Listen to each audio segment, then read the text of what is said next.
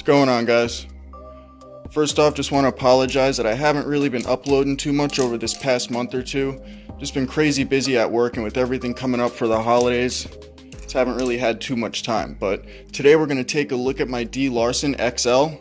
Now, Dustin Larson is without a doubt one of my favorite makers in the community, and the XL was one of my first grails when I first got into Bally's almost 2 years ago.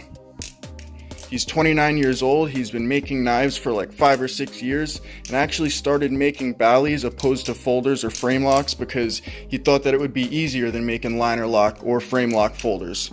And I'm glad that he did, because his work is some of the best in the community. It's some of my favorite work out there.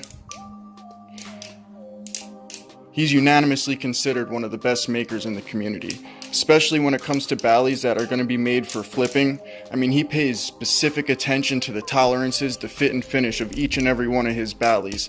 And especially when it comes to flipping, paying that extra attention to the bushings and the pivot tolerances makes such a huge difference.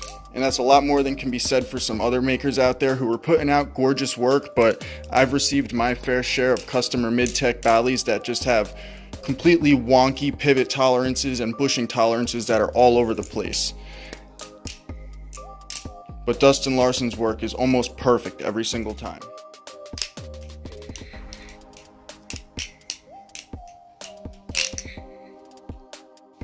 The XL is the 10th Bally that Dustin ever made, and it actually took me almost a year worth of tracking this Bally down from person to person before I was ultimately able to make an offer and get my hands on it. And I think I ended up trading my old Balisong for it, if I'm not mistaken. So I'll put a picture of that now so you guys can check that out.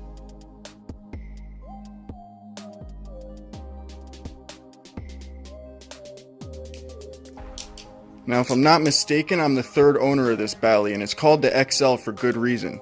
Because this guy is 10.93 inches long overall. It's got a 5.125 inch long blade, 5.8 inch handles, which are 0.6 inches thick. It's 5.6 ounces with the titanium spacers and 5.8 ounces with the zirconium spacers. However, those numbers are with a latch, so it's probably just a hair less than that without a latch. It's got orange peeled skeletonized titanium liners and carbon fiber scales that are just finished beautifully. This did come with a set of orange peeled titanium spacers and black satin finished zirconium spacers, although I do like the balance of the titanium spacers better. It's just a little too handle biased with the zirconium ones, even though they look amazing. I just prefer the balance of the titanium ones. Now, this guy runs on bushings and Zen pins, and it's got big, giant, beefy Zen pins, which also suits the name XL.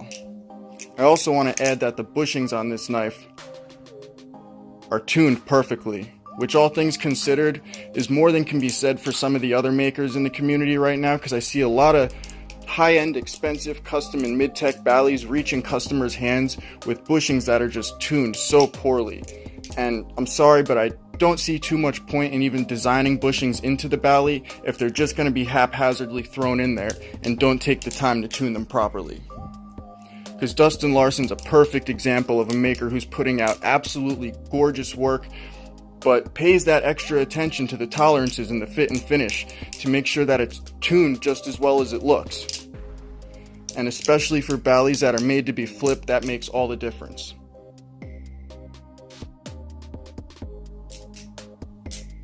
Now, I do think it's safe to say that for some, this particular Bally would be a bit of an acquired taste.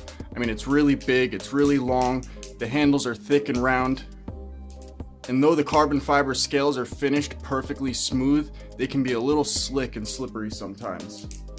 Now, that's not the biggest deal for me because I've got pretty large hands, but for somebody else who doesn't have the biggest hands, a Bally this size might be a little difficult to manipulate.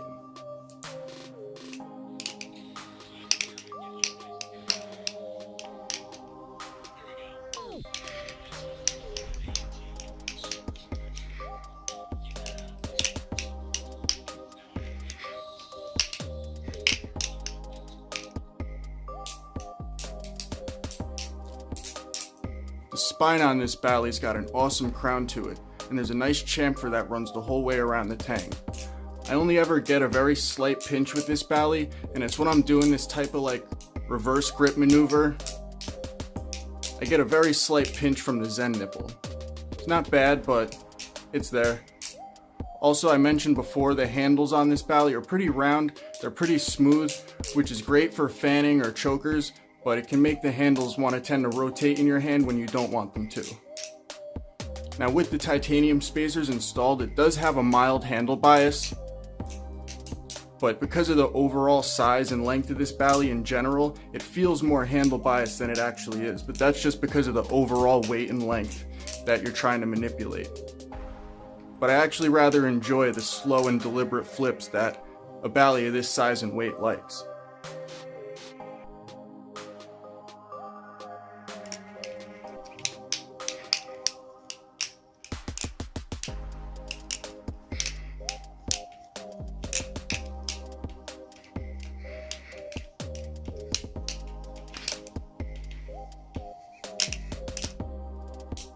This XL was one of my very first grails, and I've had it for quite a while now, and to this day it's still one of my favorite Balis.